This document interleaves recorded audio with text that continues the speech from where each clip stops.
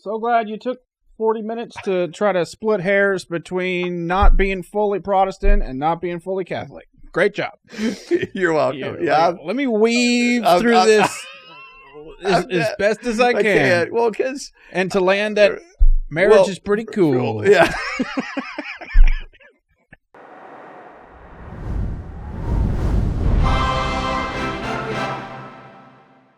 Well, welcome back to the WhenIHeardThis podcast. My name is Nate Robinson. I'm here, Pastor Dr. Joseph Tillman Demon Jr. How are you doing today, sir? Man, I'm doing great. I'm doing great. It's a good day. I got my son back in the studio with us today. So doing a little recording behind the scenes here. So good to have him back. The one that fell off a cliff. The one that fell, right off a cliff. I shouldn't be laughing at all, but yeah. But yeah, he did. Yeah. But we're glad to have him back. So yeah. Finally got him back to work. Got him back to work for free. All right. Thanks, Luke. So, yeah. We'll talk about that later. All right. More marriage this week. Cool. Because marriage is forever. It is, my friend. It is. Yep. Unless you get divorced or either one of you die. Right. And then it isn't. Then it's not forever. Right.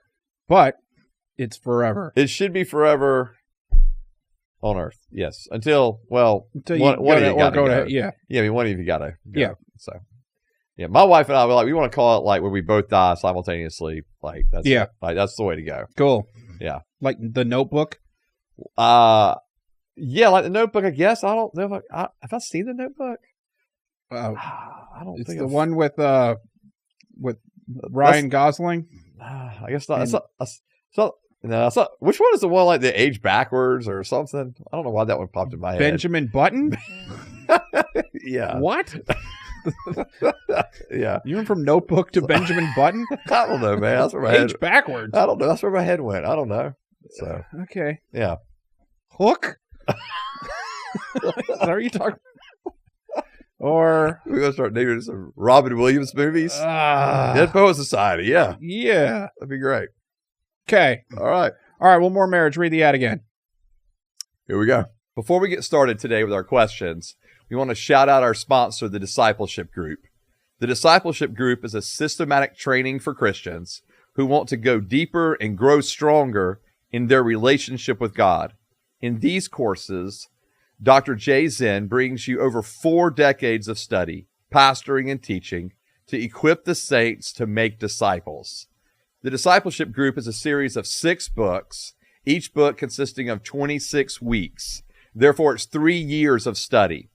Each week has articles written by the author to read, a chapter from a supplemental book like The Passion for God or More Than a Carpenter, The Master Plan of Evangelism, and there's scripture readings each week from the Old Testament, New Testament, and the Psalms. I've used the Discipleship Group resources for over a decade. I've used them in groups of 2 to 3 people. I've used them in small groups up to 12 people. And I can tell you, as a pastor, as someone who spends a lot of time making disciples and meeting with others, that the Discipleship Group resources are the best that I have found for growing in our faith and for encouraging us to go and make disciples ourselves. Go to discipleshipgroup.com, check out their resources, find out information about Dr. J, and I'm telling you, you will not regret it. Patreon. All right. Yeah, go to Patreon and you can support awesome content like this. And pay our unpaid fallen off cliff interns. Correct. It would be nice if we could give them a little stipend, a little something. Yeah. That'd be cool. That'd be awesome. But if not, oh well. Doesn't matter to us. Come on, guys. No, we really do want them to like. Yeah, I mean, yeah. it'd be cool if they earn some money. You know? Yeah.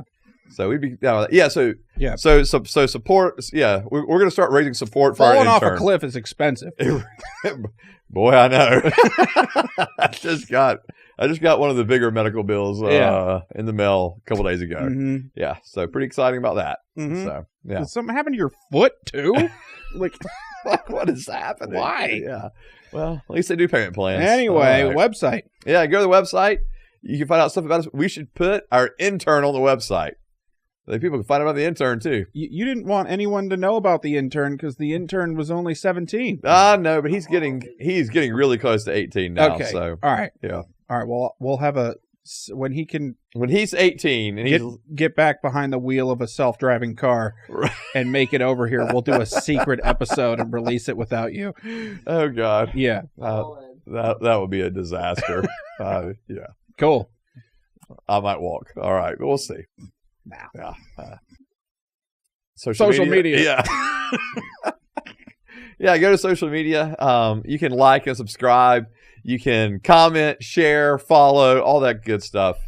We'd love you to support us through, just getting our stuff out there to people you know. Wait, will he turn 18 in the next 15 weeks? Yes. Cool.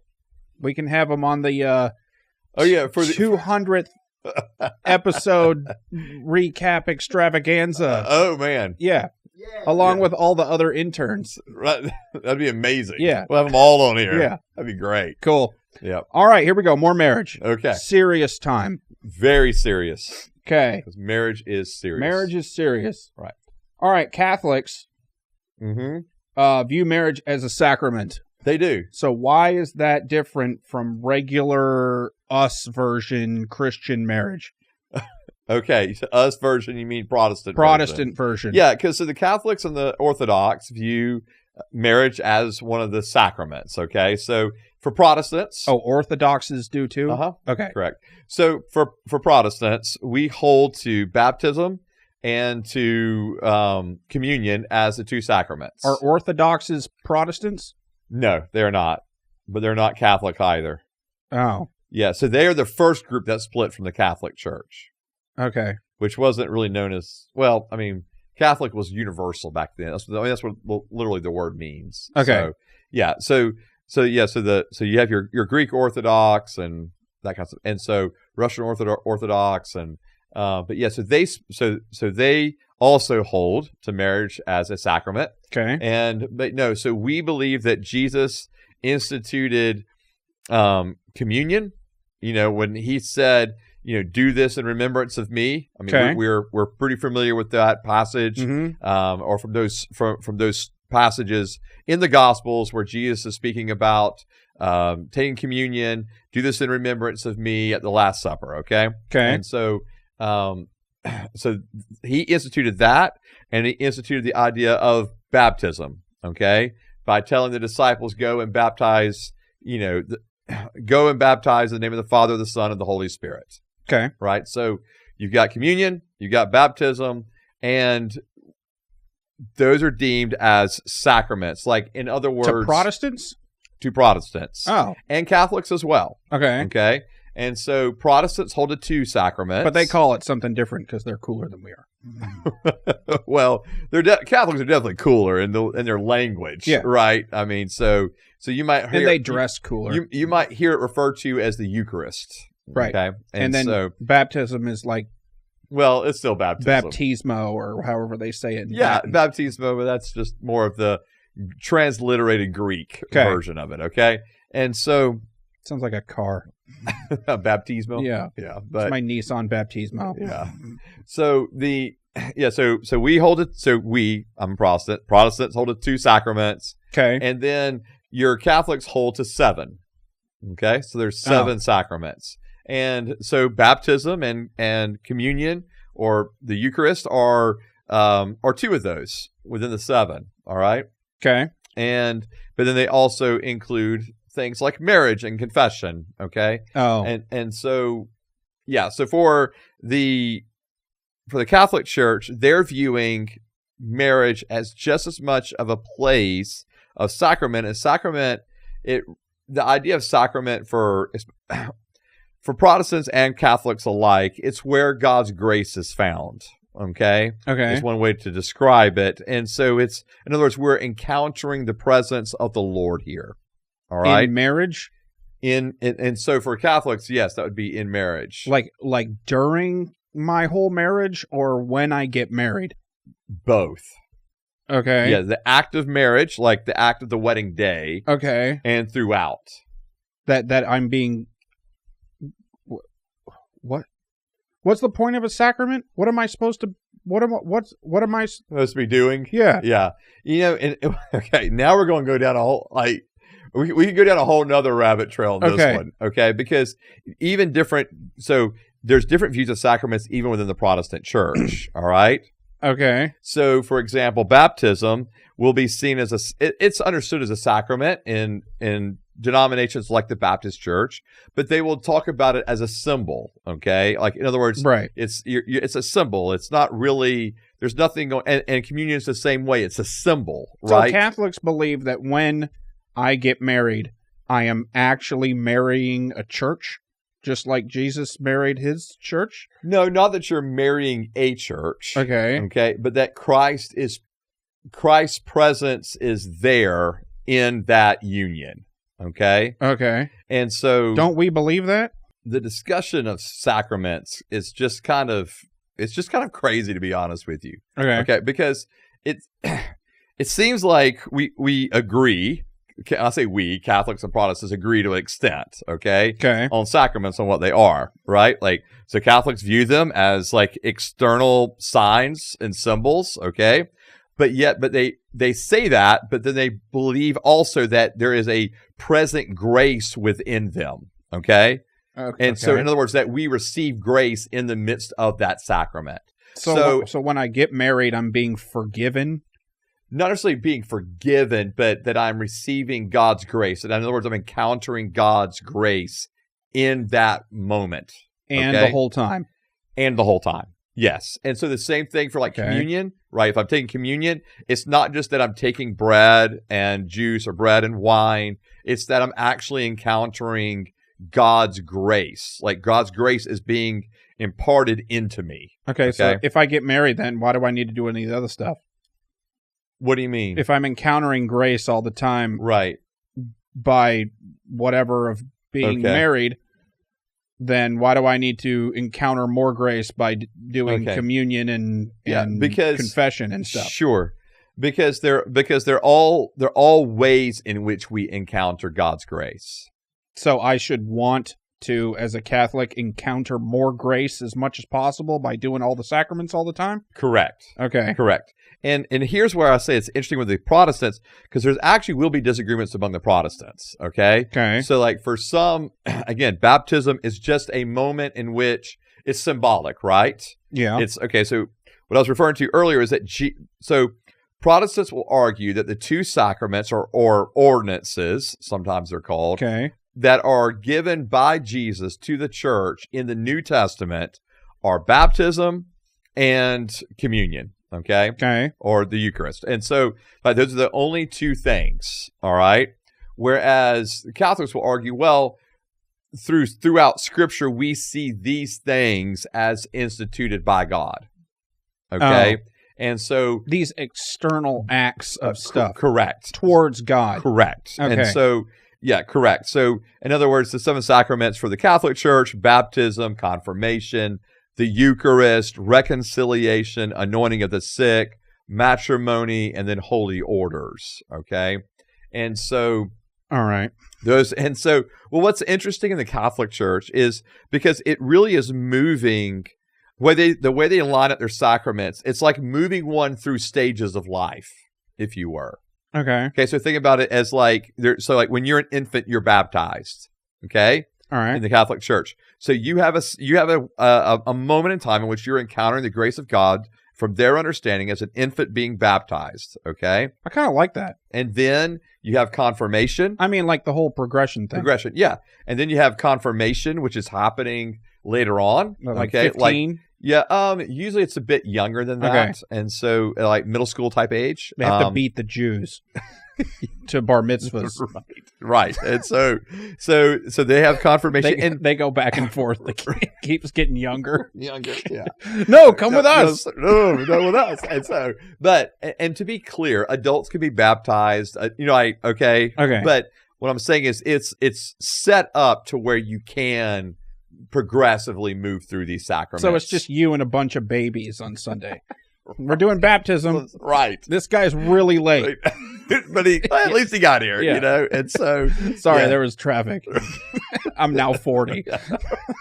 Right. It was crazy out there. All right. So And so you have this grace through baptism and then confirmation, and then after confirmation, they're allowed to take communion for the first time. Okay. So then you take communion, and then you do that forever. Yeah, every week. Correct. And then that's the whole point of Mass, right? So all of Mass is set up around communion. Like it's all pointed toward communion, okay? And then you have confession. So it's things that you continually do. When can I start doing confession? So after this. So after, so you can after I get confirmed. Right. Okay. And so now you're doing confession. And then if at any point in time, whether in childhood or adulthood, you become sick, you can be anointed, right, to be prayed over and for healing. And then I have no idea what happens in a normal confession, because every time they show confession in movies, something weird happens. Yeah. I have no idea how it actually goes. Right. Yeah. I mean, it's just really a normal, like, where you would just show up and say, that you kind of hear it in the movies, like, Father, I have sinned kind of thing. But that's a good start. Like, that's right. But then again, this is where it always goes weird in the movies. Yeah. Right. I'm like, when's the Tommy gun going to go off? Right. Yeah. You've watched Godfather way too many times. And so but no, I think of it as like a normal confession where I can show up, Father, I have sinned. You literally just confess what you've sinned, right? Mm-hmm. And then you receive words of forgiveness spoken over you, and then you can go forth. Okay, so do Protestant, like, what is the difference between how, like, I know we don't call it a sacrament, but is there a difference in the way that we treat and view getting married and marriage than them? Or is it just as just as symbolic of the same Jesus church thing in the Bible? Yeah, it should. So no, I mean, so you bring up a good point. It should be just as, it really should be just as sacred. Okay. To Protestants, as it is to Catholics. As it is to Catholics, right? Okay. And so because for Catholics, it is, so marriage is the idea within their church, right? Okay. The Catholic Church, it's the idea of two individuals who've been baptized coming together and forming a union. And they have to do all those things together before they get married because... Yeah, so that's a good point. So if they want to be a union that is recognized within the Catholic Church, they have to be married within the Catholic Church. And then you would say you should marry someone who's a Christian and comes to church if you were talking to a Christian that also comes to church. Absolutely. If I'm talking to someone, then they need to marry a Christian. Okay. Yes. And I won't say they have to go to this, denominational church or whatever, right? But they need to be a Christian. And so there's not a difference in that sense, right? Okay. Like, in other words, we view marriage the same along those kind of lines. And so, but what's happening is, this is what I was saying earlier. So real quick, let me kind of hit to it. In the Protestant church, you have some in the Protestant church that believe everything's just symbolic, right? Like, in other words, the baptism is just symbolic. Do you believe that? No, this is where I'm going to get to in a second. And so it's just symbolic. And then communion also is just symbolic. Like, the Catholics believe that the bread and the wine actually turn into the body and the blood of Christ. They become that. Okay? And so where in the Protestant church, you have some that will go, no, that's crazy. We do not believe in that. It's just symbolic. We simply are just doing a remembrance. Like, Christ told us to remember it by doing this. Remember his sacrifice by taking the bread, by taking the cup. And so we're remembering, but that's all there really is to it, right? Okay. It can still be a holy moment, but that's all that it is, though. I'm just remembering. I'm kind of in that in-between space a little bit. Okay. And this is probably some from my Wesleyan roots, because remember that so you're just cooler than everybody.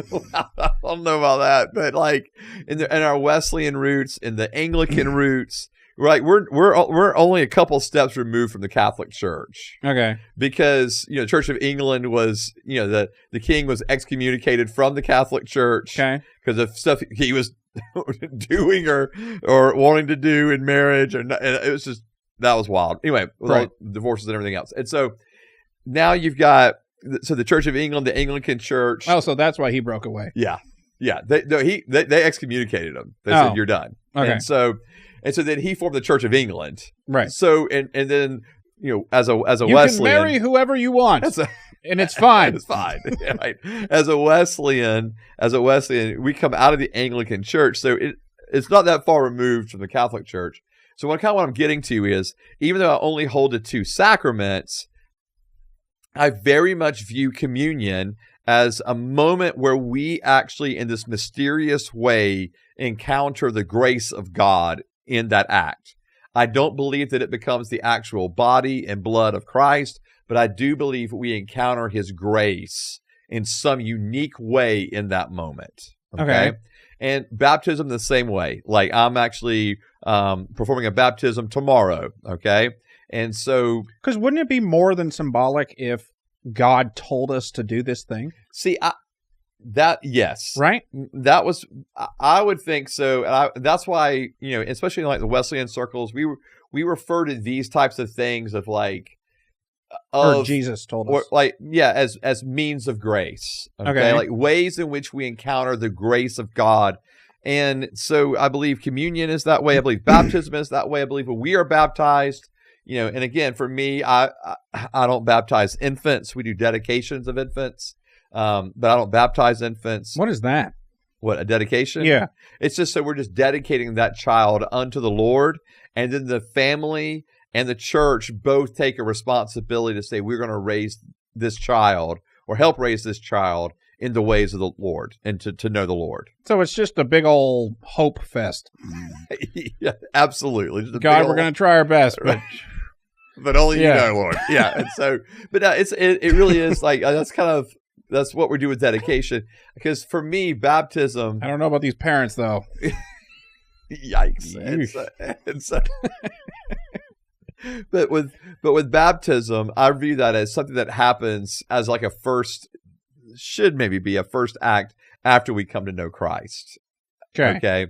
And so in baptism though, when we go down in the waters and come back up, for me, there is a moment of where, again, we're encountering the grace of God. And that's why, so as Catholics, as me as a Wesleyan, those are sacraments, and we are encountering the grace of God in a real and tangible way in those moments. Okay. And I mean, I would never eat that little of bread and that little of Welch's grape juice. Right. At the same time, unless Jesus told me to. Right.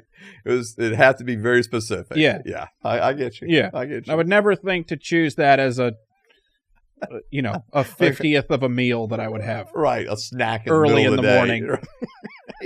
Right. No, I get it. And so so these are commanded to us by the Lord, so therefore we do it. And in the same way, and this is where means of grace for me as a Wesleyan gets extended out beyond just the sacraments.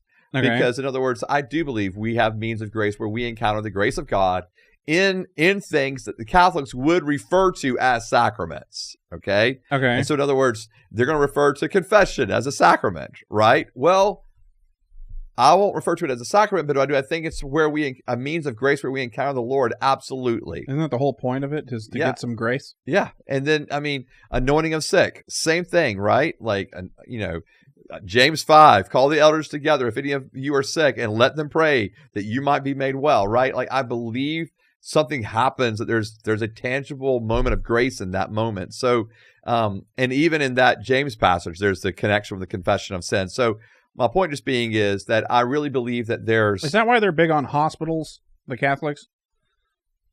Why they're big on hospitals? Yeah. I don't know if that's because it's a sacrament to heal the sick? That's a great question, Nate. I don't know if that's the root of it or if it was just part of their missionary work that became like a big thing. Okay. That's a great question. I'll have to look into that. I really don't know. Okay. And great question. And so though I might not say that confession is a sacrament or marriage is a sacrament, I do believe there are moments and times where we encounter the grace of God. right? Like I don't, Okay. like it's more than just like marriage is more than just symbolic. It's in that moment where we are married in matrimony, there is grace that is present in there. And I can already hear Catholics going, well, that's a sacrament, man. Like just call it for what it is. And It sounds the same. yeah, and I would, and I'm probably making, splitting hairs by saying, well, I actually believe it is a sacred moment. And so where we are coming together in covenant. And so I would understand why, a Catholic might just be listening to me and going, that's pretty similar to the way we're describing it. I wonder if that's how, like when you listen to someone who's like, yeah, I believe in a higher power and I think it's pretty cool and I kind of super, what Jesus taught was pretty dope, Right. But I don't believe any of it. That's how you sound to Catholics. Probably. And so because they're just rolling there like, come on, man. Like, I know. And because I do believe like when they're talking about a sacrament where God's grace is imparted, like I'm actually with them on that. And so, okay. And so like, if you were like, hey, we need to call marriage a sacrament, if that's like the terminology of it, right? Then I can go, okay, the thing is for me, you don't see Jesus clearly instituting that for all believers. Okay. Oh.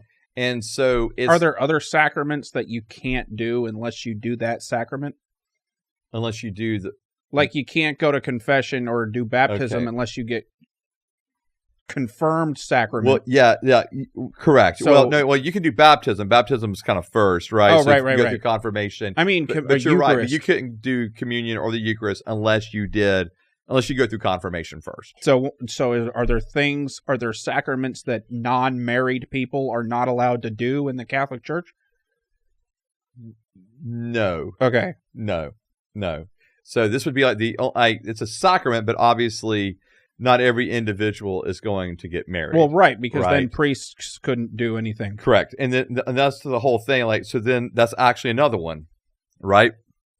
The sacrament of holy orders of going into the priesthood is a sacrament for the Catholic Church. So it's like a choose your own adventure. Which sacrament would you like to do?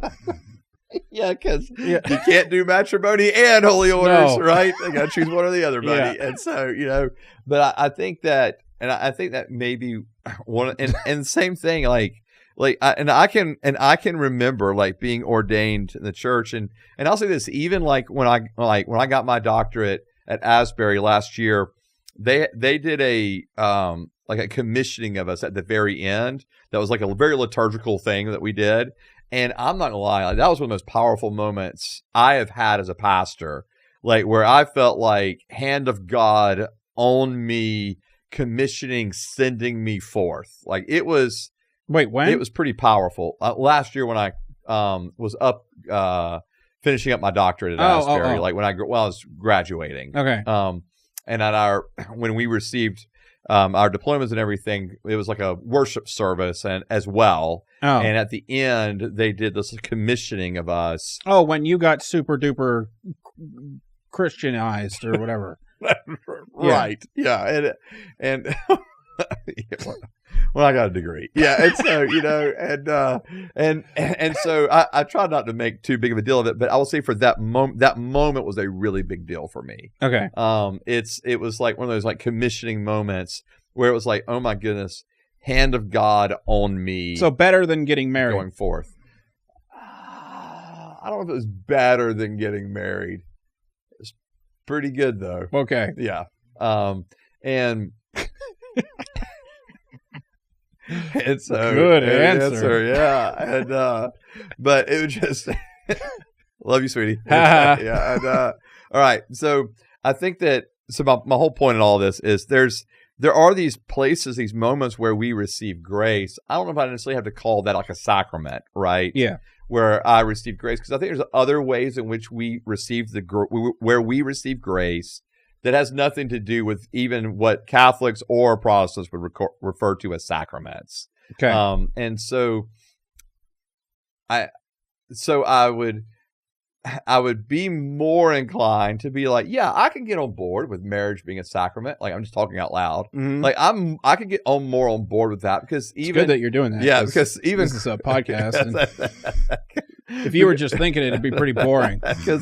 because Christ, you know, or when Paul's writing in Ephesians chapter 5, he's very making it clear that the idea of marriage is like Christ in the church, right? And Okay. so he's making that connection.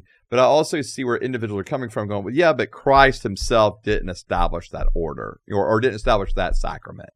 And so I get that. But at the same time, I mean, we go back to Genesis 1, that seems to kind of be the case, right? Like Okay. marriage is the coming together of a husband and wife is a sacred thing. So, yeah. So, Well, so glad you took 40 minutes to try to split hairs between not being fully Protestant and not being fully Catholic. Great job.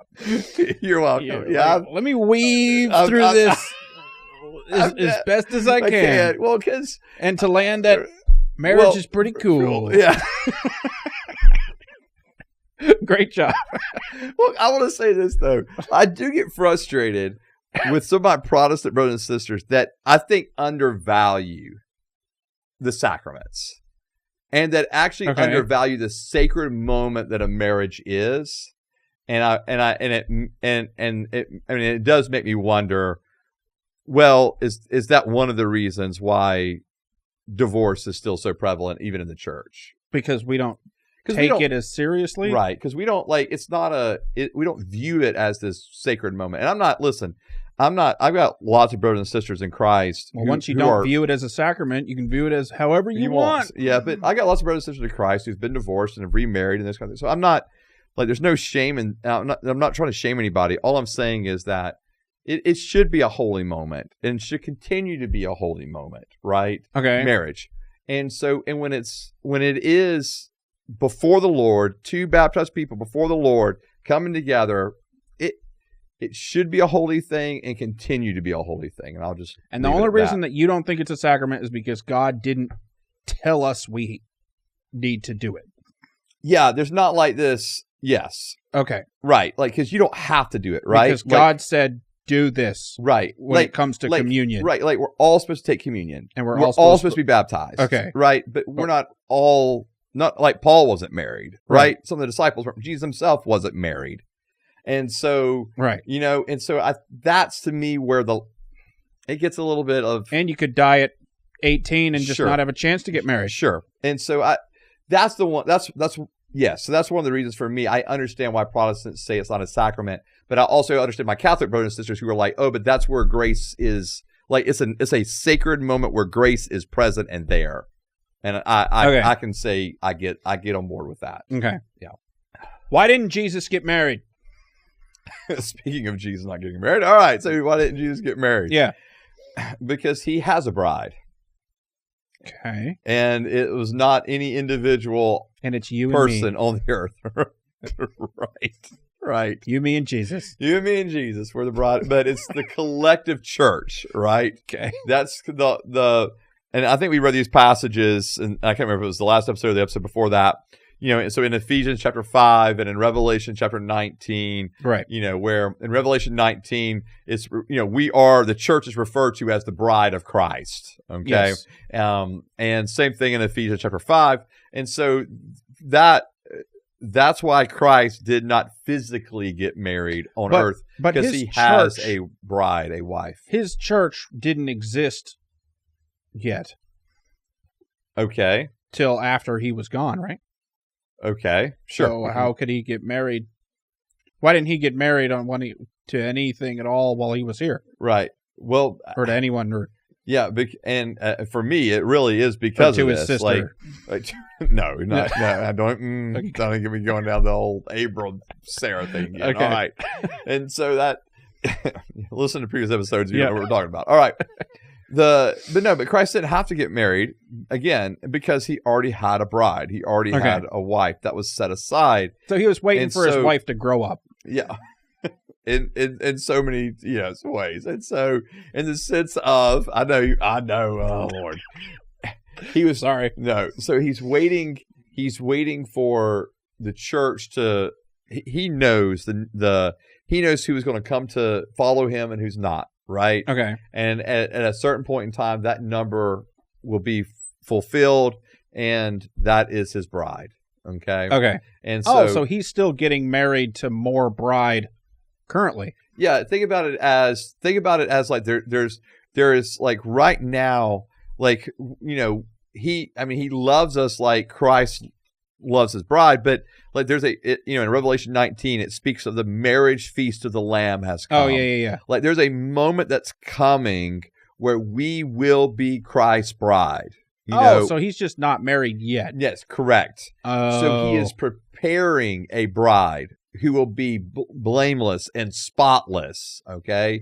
So we're in the midst of being prepared for that. Yeah. And I get it now. That makes sense. So there's a big old wedding going to happen in Revelation, right? Right after the dragon and the eyeball guys. Yes, after all of them, and the sun and right, the big old fight. Yeah, it's the big old and fight. When everyone disappears and then comes back. Yep. Because that's 100% a thing. Well, right. Everybody disappears. And Kirk Cameron or whatever. Yeah. So wasn't that him in those movies? Yeah, it was Kirk Cameron. But, all right, well. We'll have to do a whole episode, though, on eschatology. Yeah, I don't want to do talk that. about pre-trib, mid-trib, and post-trib. I keep avoiding that. I know, but it's there. I keep avoiding that and all the LGBTQ stuff. Okay. Well, we need to talk about all of that. Yeah. So, all right, Revelation 19, verse 7. Oh, and creation and evolution. Didn't we hit on that some? I thought we did that. We did science versus religion. That's what it was. Yeah. Okay. Yeah. So in Revelation 19, verse 7, it says, "Let us be glad and rejoice, give him glory, because the marriage of the Lamb has come, and his bride has prepared herself. And so she was given fine linen to wear, bright and pure. And the fine linen represents the righteous acts of the saints. Then he said to me, Right, blessed are those invited to the marriage feast of the Lamb. He also said to me, These words of God are true." And so, again, this is the marriage feast of the Lamb that's coming, where the bride has made herself ready, and Jesus will finally have his bride with him. Intercourse. Yes, sir? Of the sexual nature. Yes, sir. All right. Why is that a only do during marriage thing for Christians and not any other time with anybody else ever? Okay. All right. So good question. All right. So why is this specifically reserved in Christendom for marriage? Right. Okay. All right. So let me, I'm going to actually read from Catechism here from Catholic Church. All right. Really? And, yeah. Okay. And so kind of give you their look of it, and I'll give mine as well. So the matrimonial covenant by which a man and woman establish between themselves a partnership of the whole life is by its nature ordered toward the good of the spouses and the procreation and education of offspring. This covenant between baptized persons has been raised by Christ the Lord to the dignity of a sacrament. And so, again, this is the Catholic statement on the sacrament of matrimony. And for them, sex is to happen in the context of marriage, because it's in that context that you have procreation and children can be raised within the church. Okay. And so this is the context, if you were, that for the Catholic Church here, they would say this is why sex needs to happen only in the context of marriage. So that the children that occur because of the sex can be raised and educated by the parents. Correct. Within marriage. Within parents. marriage and within the church. So the education is not just like going to school, math and algebra and whatever. It's the education of knowing the word and knowing the Lord. So you have to go to Catholic school. You don't have to go to Catholic school. Sex is for sending your children to Catholic school. No, it doesn't have to be that. That's it. That is not it. No, that's not it at all. All right, and so there's a heavy emphasis on that, and I do like the fact that they have put in toward the good of the spouses.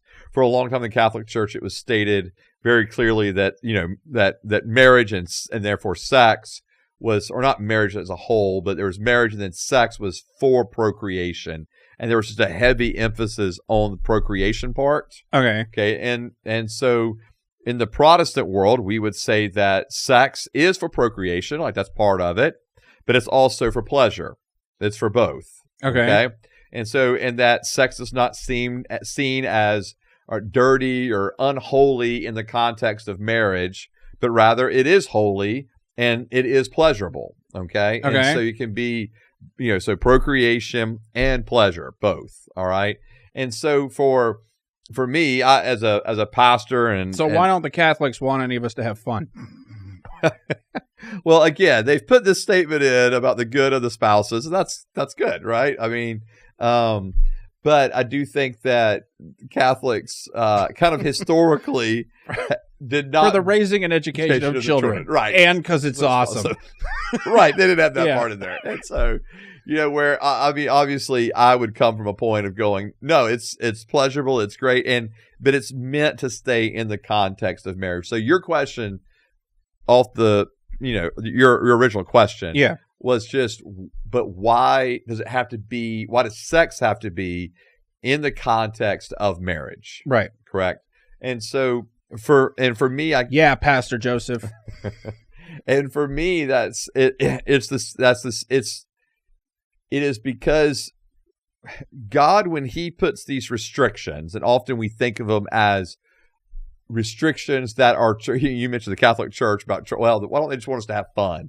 And I think sometimes people can look at God that way too and go, well, why doesn't He just want us to, I mean, like, what's the big deal? Like, why can't we just go have fun? And what's the big deal? Okay. And you almost look at it that way, but for God, He knows what's best for us, and He knows what it meant for us to be whole. And unfortunately, in our brokenness, if you were, since the fall, we are not whole, and so often we are trying. So fun is bad now. No, I'm not saying fun's bad. I'm not saying fun's bad. What I'm saying is, unfortunately, we try to fill this void in us with things that actually are not healthy for us long term, right? Okay. No one's denying that sex is, I mean, when sex, even consensual sex between two people that are not married often is seen as pleasurable and fun, and no one's actually denying that aspect of it. Okay. The issue is for us as Christians, it's going, but often, unfortunately, because we become so intimately acquainted with people, then when there's no longer the relationship, or it voids apart, now you found yourself almost like tied to a person prematurely, and now there's a heart attached to it, not just the physical sex act. Okay. And I understand that we're in a context of hookup culture and everything else right now. And that's where this conversation loses me every time we talk about this. Okay. Where the heart is now attached, and it's not just a physical thing. Okay. It doesn't make sense. That's to you because you think it's just a physical act. Because I don't put my heart into every handshake I do. I don't put my heart into every hug. Sure. Or the people in England kiss each other on the cheeks all the time. That's not the same. So what is? But I think I think you and I both agree there's a massive difference. Sumo wrestlers. I mean, the UFC. We're not saying their hearts are attached to each other. But I think there's a major difference between the gynecologist. I mean, right? That's where I'm confused. I know. But I think also, but you're not like, this is crazy. Like, there's not like, we are not saying there's the same thing. See how I ramped it all the way up? I know. Yeah. But what's the guy that does your butt? The doctor? What's that called? What's that one called? The one that you have to do now. Or are you there yet? You mean like when you go get like a colonoscopy that and one stuff? Yeah. The finger butt doctor. Yeah. Why is Oh Lord! Like, all right, it just doesn't make sense. I don't. Okay. Why okay. is me and all right? But this is all right. But for real, All right. Okay. How does hearts not get attached in any of those other situations except... Because I think there's a massive difference in the level of intimacy between a kiss on the cheek, right? Oh, you went to that one?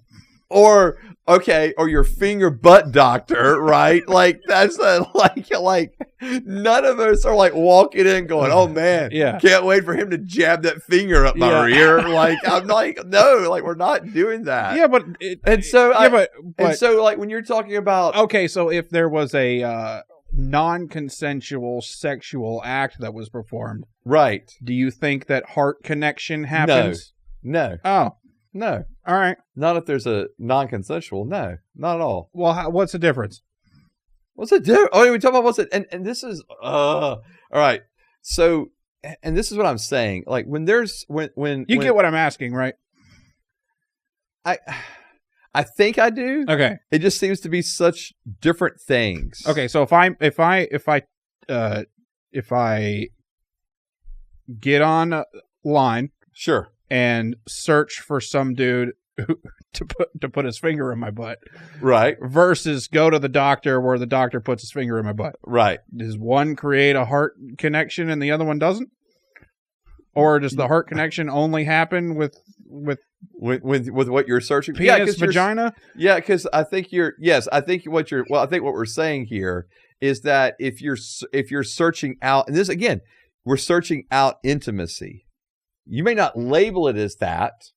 You may think of it. You may think of it as just a sexual act. Okay. All right. But what I'm saying is that intimacy is always attached to that. One so way or you're the saying other. if the purpose of the physical contact is to seek intimacy, that creates a connection between us. Yeah, I am saying that. Okay. I am saying that. So if I seek out to... Yeah, and whether that is for a relationship that lasts years, right? Okay. Right, you're not married, relationship lasts years, you're living together, whatever, right? Okay? Or the one night stand hookup thing, right? All I'm saying is, here's what I'm saying about both of these things. Okay. All those things. I'm saying all of that comes out of brokenness, is what I'm ultimately saying. Okay. And I'm not saying that there's not a okay, and this is where there is a physiological drive, a physiological need even for sex, okay? Okay. There's that physiological part that's there. But what I'm saying is that when it is connected, anytime that's played out in a relationship or in connection to another person, okay? Again, whether one night or whether we're living together for 8 years or whatever, like all I'm saying is,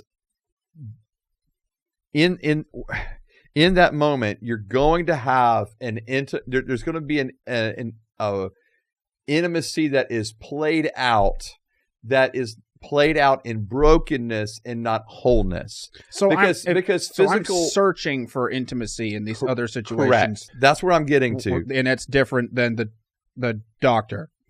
Correct. It's different than the doctor. Okay. Because again, I'm talking about brokenness, right, versus wholeness. Right. Wholeness, God's desire, wholeness for us, is that we would be with someone who loves us for who we are. We love them for who they are, and that there's a relational, spiritual, mental, emotional, physical intimacy that's happening. Okay, is that why God made all of our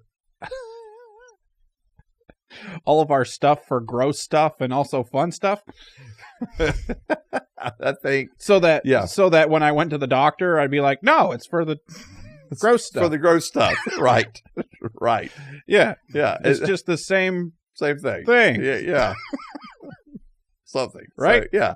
And then I think, unfortunately, again, whether it's I'm living together with someone for 12 years or I'm engaged in the hookup culture, that to me, that part is seeking out it's a desire for intimacy.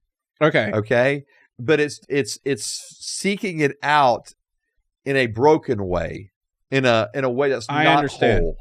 Okay. And that's what causes the problem. So that's okay.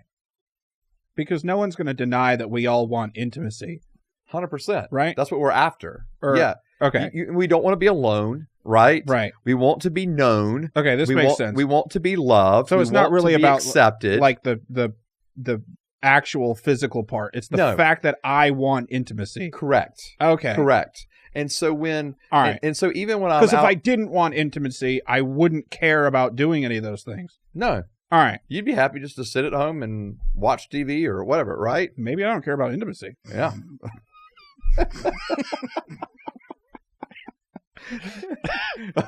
Or maybe you just don't. Maybe you just want it with like 1-2 people, and you're like, I'm good. So What?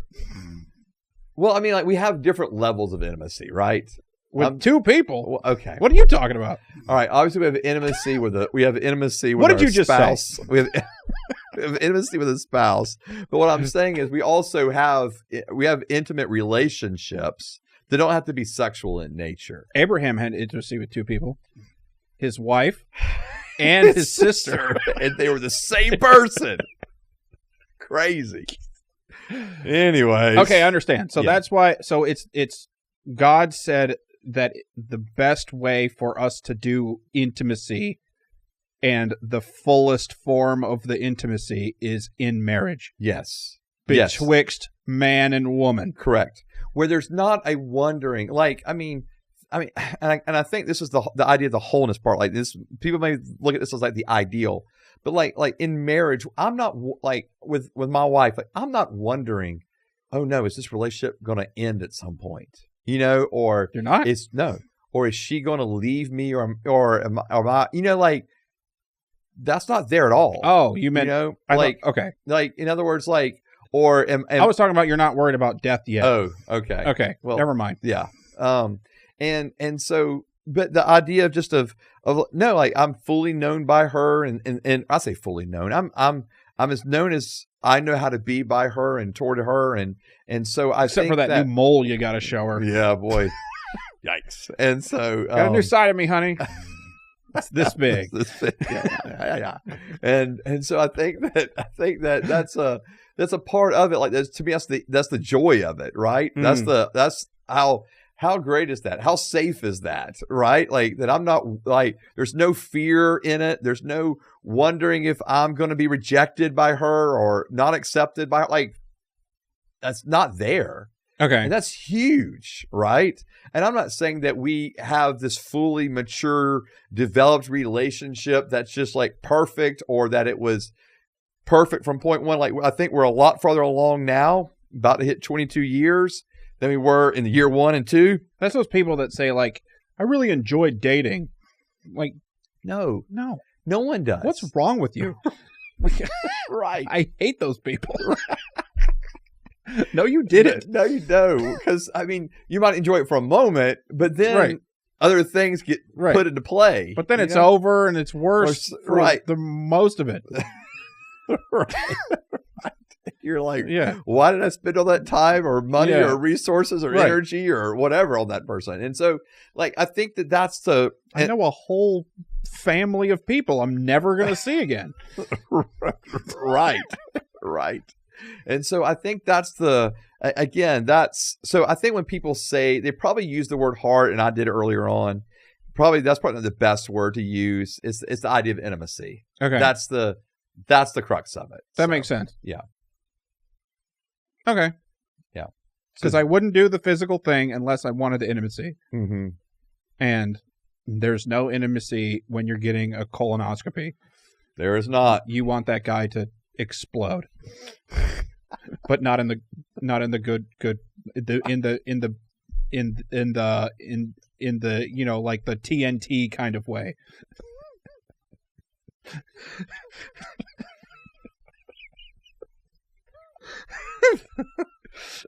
Okay. Some Christians say that they are married to Jesus. Uh-huh. Yep. Okay. Yep. No. I'm going to answer for you. But why am I right? Yeah. Every time someone says this, they're compensating for being not a very good person. Yeah. Not very dateable person. Not a dateable person. Yes. Yeah. And Yeah. it's only girls that say it, because guys. No, that's not true. Because it's gay for dudes to say it, unless they're Catholic priests, and then they're married to Jesus also. So I don't know if guys would use the word married to Jesus, right? Okay. But especially like in the I'll say this, in like the late 90s, early 2000s, yes. that time frame, right? Between like, youth group, college age, all that. There was a big movement both for guys and girls to say we're dating Jesus. Yeah, no. And so guys and girls. I remember this. Yeah, they would. And I never did it. They would use that statement. Yeah. So, it was. And so like, no, I'd rather date my Xbox. Go away. and so it seemed to always coincide with breaking up with somebody. Yes. Like, I'm going to break up with you. Yeah. And just, it's because I need to go date Jesus. Right. And then, as my wife would say. It's not me. Right. It's Jesus. Right. And so, yeah, it's like, well, okay, like two things. It's like, that is like the ultimate, like, I'm dropping the God card on you. Right. There's nothing you can say about it. Right. Because, I just need to go be with Jesus. Right. What are you going to say to that? Right. I say what are you going to say? But I think college students, high school students probably didn't have the intellectual prowess to be like, no, you're not. Like, or just argue with it. Like, no, I'm not letting you drop the God card on me for this. Like, no. And so I was praying the other day and God said we should break up. Right. That would happen too. No. And but the whole like dating Jesus thing. And so my wife would say like so she went to a private Christian college, and so she said that guys would like break up with girls, be like, yeah, I need to go date Jesus. And then like, a week later, they would, Melanie would go, my wife would say, oh, I didn't know that Jesus was blonde and curvy. Yeah. And that's kind of this, it's just what would happen. And then he's with some Hispanic dude next week. What? It's Jesus. Jesus.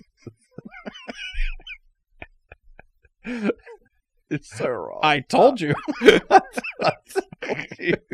We may pronounce the name a little different, but come on, babe. The same.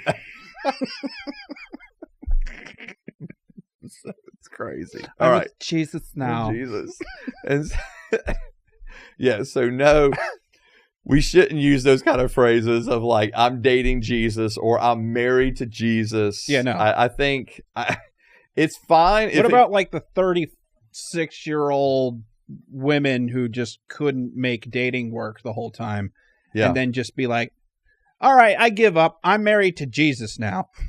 And I do think that happens. Okay. I do think there's a point where individuals feel like they have missed a dating or married window. Okay. And because of that, they will say, okay, therefore I am just going to give my time, my energy, my efforts, really all of my heart to the Lord. Okay. And I'm completely okay with that. Like, that could be very admirable, actually. Can God fill the spouse-shaped hole in your heart, or is that always there and you have to deal with it? Yeah, man, that's a good question, because what you see in Genesis pre-fall, right, is that God saw Adam and then said it was not good for man to be alone. And yet God himself was there with Adam. Fully. Like Adam was fully, Adam had the Spirit of God in him and was fully connected to the Lord, right? Okay. And is this why the Catholics say you should either devote your life to service and deny that part of yourself, or get married because it's a sacrament? Well, yeah. Now, for